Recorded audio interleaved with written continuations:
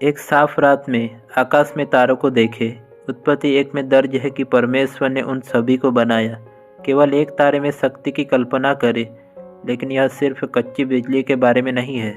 हमारे ब्रह्मांड में सबसे छोटे डीएनए स्ट्रेन तक, सबसे छोटे उप परमाणु कण तक बुद्धिमत्ता और डिजाइन भरा हुआ है। परमेश्वर की शक्ति और बुद्धि हमारी समझ से परे है। इसलिए उत्पत्ति 18:14 में प्रभु ने इब्राहिम से कहा, क्या प्रभु के लिए कुछ भी कठिन है?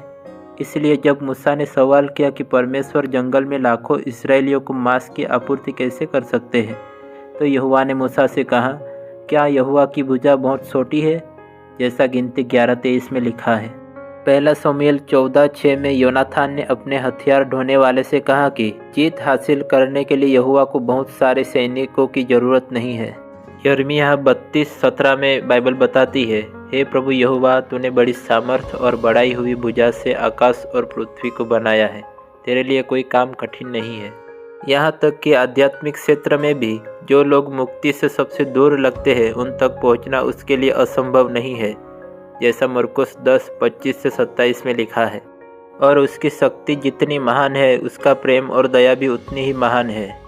यहाँ तक कि पापी मानव जाति के लिए दंड का भुगतान करने के लिए वह अपने ही बेटे को कलवरी के क्रूस पर मरने के लिए भेजने की इच्छा के बिंदु तक है।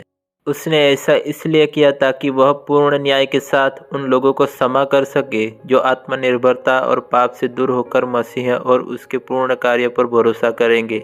माता पिता के रूप में अपने बच्चों को पीड़ा सहते हुए देखना स्वयं से अधिक बुरा होगा, और फिर भी परमपिता परमेश्वर ने यह किया, जैसा यूहन्ना 3:16 में लिखा है।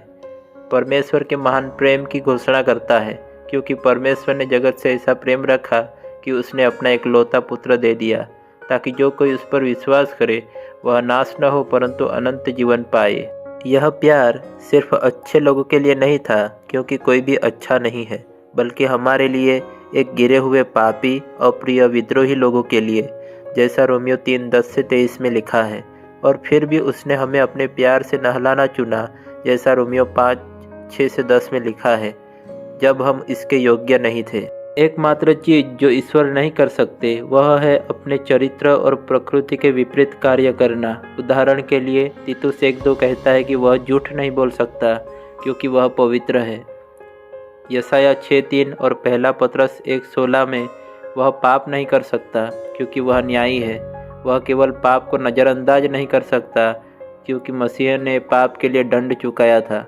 अब वह उन लोगों को क्षमा करने में सक्षम है जिन्होंने मसीह पर विश्वास किया है, जैसा यशायाह 53:1-12 में लिखा है और रोमियो 3:26 में लिखा है। वास्तव में हमारा ईश्वर एक अद्भुत ईश्वर है, अपरिवर्तनीय, शाश्वत, शक्ति में असीमित, महिमा में, ज्ञान में, बुद्धि में, प्रेम में, दया में और पवित्रता में।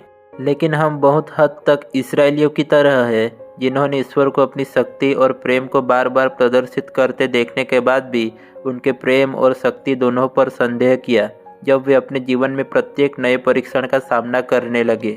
ईश्वर हमें अगले संकट के दौरान उस पर निर्भरता और विश्वास के साथ उसका सम्मान करने में मदद करे, क्योंकि वह संकट में तुरंत मदद करने वाला है, जैसा भजन संहिता 46:1 में लिखा है। आमीन।